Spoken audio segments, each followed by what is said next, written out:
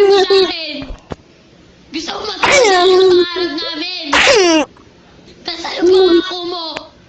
Aasahan mo kami! Ang sabi mo sa akin, kailangan maging matapos ako! Kasi maraming tao mananakit sa akin! Pero ngayon, nasasaktan ako! Nandiyan sa inyo pa! Kasi nakikita ko, hindi ko kaya maging matapos para sa amin!